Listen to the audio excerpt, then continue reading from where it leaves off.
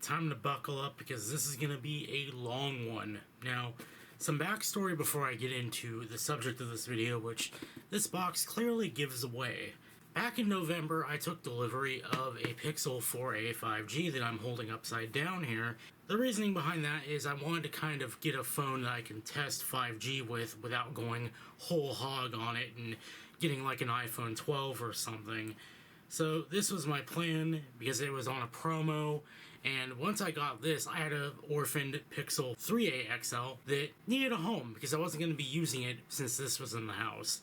And a friend of mine offered some interest in it, and we got to talking, and originally I was going to trade him for another phone and an iPod of his. Well, unfortunately, fate does what fate does, and the shipment got lost. USPS shipped it back to him because they ended up finding it, and he said, well, you know what, I'm going to be moving in a bit, so I'm just going to throw in, like, literally the kitchen sink and give you a bunch of stuff. And this is only the first shipment. There's another one coming at some point in the near future. But, yeah, he just said, I'm going to throw in a bunch of stuff, and, you know, the phone we already agreed upon. So this is going over that large shipment that came here. And this wasn't the box that came in. This is the one I've just allocated to storage because, yeah, I've got a ton of iPods now because he just sent me his entire stock. So let's go over it and see what we got. Now we're going to start with the parts. I've already gone through everything and kind of built up what I can. This is what remains and what I can build up at a later time once I get more parts. I've already got a few of these earmarked for people who are going to get them. So again, let's just go over what we have left after all this. This box is very handy. It was the parts box for my Precision when I ordered the battery and keyboard for it. So made a very nice little storage compartment here. So we got some things. These are test parts here. Test display because it's obviously got a bit of a defect on it. And this battery is good, but I do not know how good. It is enough to power an iPod for a good amount of time. So I'm just using it to like power test these 5th gens as I go through them. Got a mid-frame for a 5th gen here. We have a 5th gen. I believe this one is good. It just doesn't have a hard drive nor a back plate because these back plates are all in some state of disrepair, and the hold switch / headphone jacks are a little bit iffy. So I found a few good ones and built good iPods out of them, but yeah, it was a little bit iffy. The other problem is the button is just messed up. I think I actually swapped the faceplate on this one. The button's just mushy as all hell. So I think the center button on this one needs to actually be replaced because I did make sure that the center pad is in place. Still didn't do anything. It's just mushy as hell. Kind of unfortunate. This one is the one that I initially was going to give to Ryan. I built it up pretty nice. Made it a nice little panda pod here. The problem is something is wrong with the hold switch connector because I tried a known good hold switch ribbon on this, and the hold switch and clicker work, but the headphone jack does not. And I've tried known good ones off of iPods I actually use. No dice. It's broken. So this one's awaiting a board level repair, I think. I don't know what I'm going to do with it because I'm not that good at this. I may know how to fix the battery connectors, but that's a little above my pay grade at this current juncture. Another mid-frame for a 5th gen and a hard drive surround for one of these thick drives here. This is another 5th gen that just really needs another faceplate. It's pretty well worn. I may be able to brass this thing to look presentable, but it really probably just needs another faceplate. And it looks to be original because this is very flush. Looks perfect. And the button actually works. So I may take the faceplate off one of these and put it on here since the center buttons on these ones need to be replaced. We have an 80 gig thick drive that came from my 5th gen iPod that I've modded up very nicely. This is my personal one over here, and this is before I flash mod it. This is good, but for whatever reason, I could not get this drive to work in another one of the 5th gens. It just throws up the please restore and never actually restores. Then again, it could just be iTunes being a piece of garbage. This is another 30 gig drive. I don't know if it's any good. I haven't checked it with diagnostics yet, but I will at some point. We have a 30 gig back panel. This thing looks crunchy. Looks like this thing has seen some liquid of some sort. I think this works. I'm not sure. This is a 120 gig back panel, because we did have a classic in here. Unfortunately, these side rails have come off, and it took part of the hold switch with it. So even though this hold switch and headphone jack are likely good, the screw hole to hold in the hold switch is gone. Then this is a, I believe, yep, another 30 gig that I robbed the hold switch and headphone jack off of. And this thing is nasty. Like, some of these look like they've been in spills, so yeah. Anyway, that's the parts I have. Let's get into what I've actually built with them. But first, let's go into what I got, the phone part of the trade here, and that is this giant boy here. This is a red Hydrogen 1, and this thing sold so ridiculously poorly. It looks super nice. Like, these side rails just feel beefy. This whole phone just feels like I can knock someone out with it.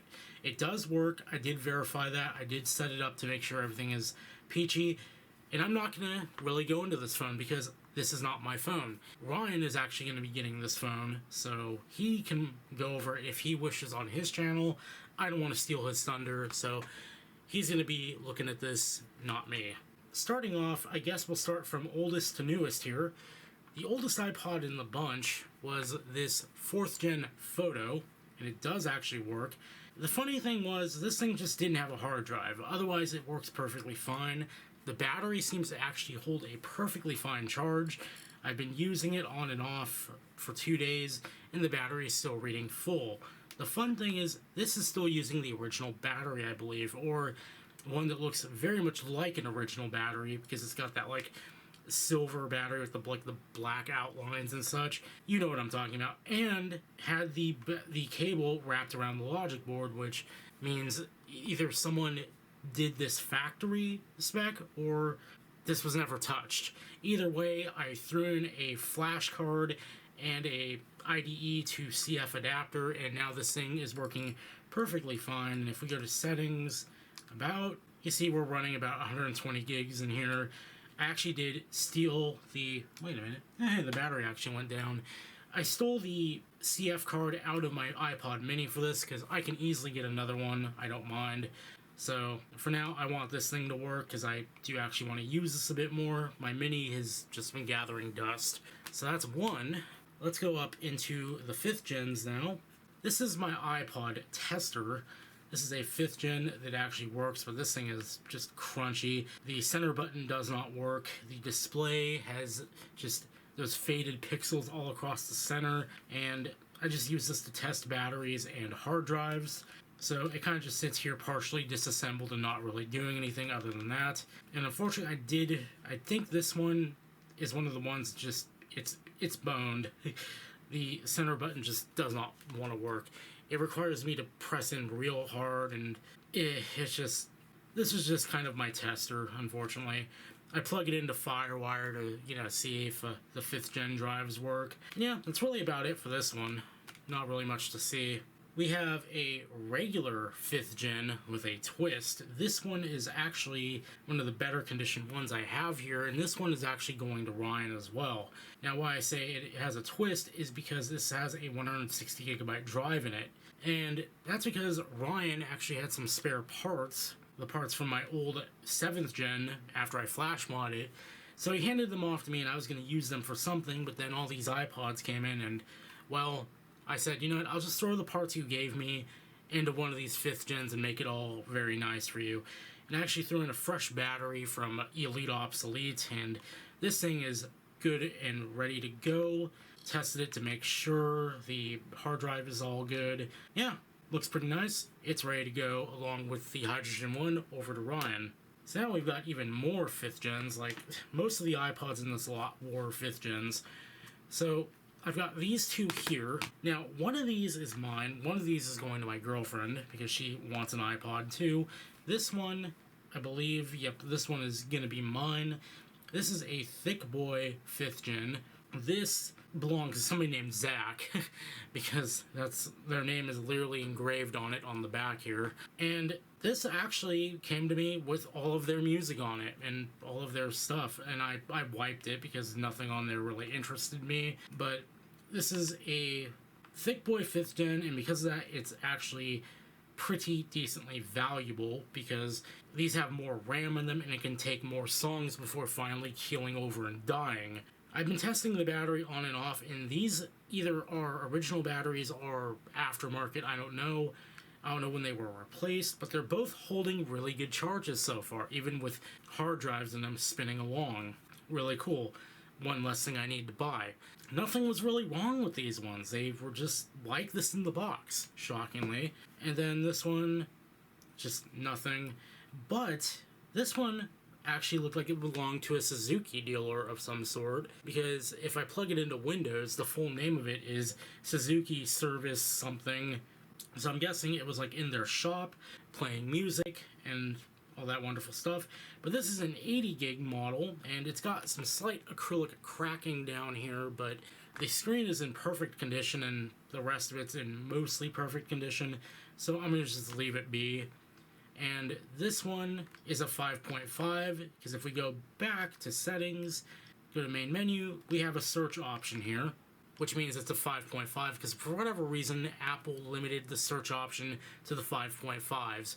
And since I already have a 5.5 here, I don't need an extra one, so this is going to just go to somebody who wants it, which is my girlfriend in this case. And my plans for this one, because this one's actually staying with me, is I'm probably going to Rockbox this one, because I've been wanting to mess with Rockbox, but not enough to put it on my main device.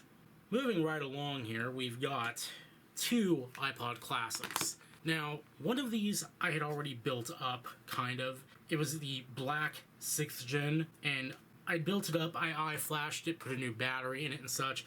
Then this silver 6th gen, or 7th gen, depending on who you ask, because it's a 2008 model, and shockingly, the board identifiers between the 2008 and 2009 models are the very same. So technically, you could call the 2008 model a 7th gen.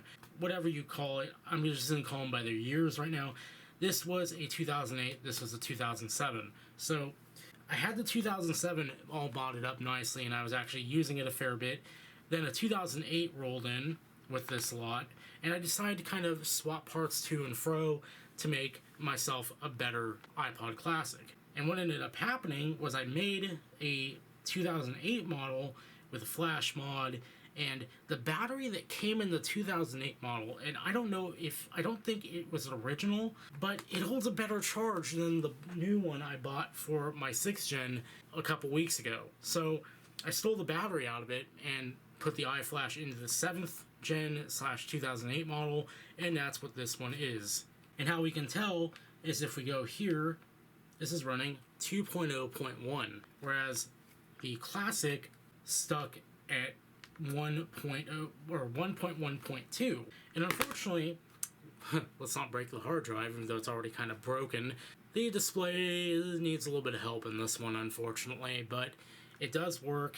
Though it says the hard drive has a bunch of reallocated sectors, but it still seems to work, so I'm just going to leave it be.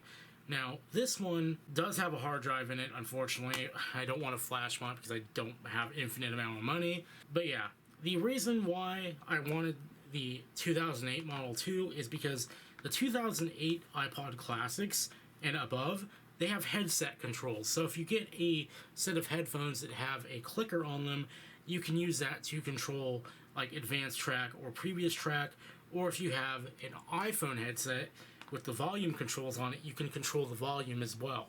It's pretty cool. Actually, I can demonstrate that real quick because I have these right here. Let's go ahead and back out to now playing whatever I was listening to at the time, and click, it stops, click, we play, and as you can see, you can adjust the volume.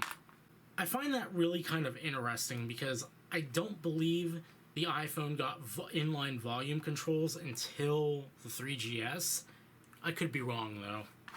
But those are my classics. This one, again, I may consider rockboxing this one instead, but I'm not too sure yet. with that done, now we actually have iOS devices to worry about because, well, this one is in my collection already, but it will become relevant later. This is a first-gen iPod Touch, and this is actually my very first iOS device I've ever had, so this bears some significance to me.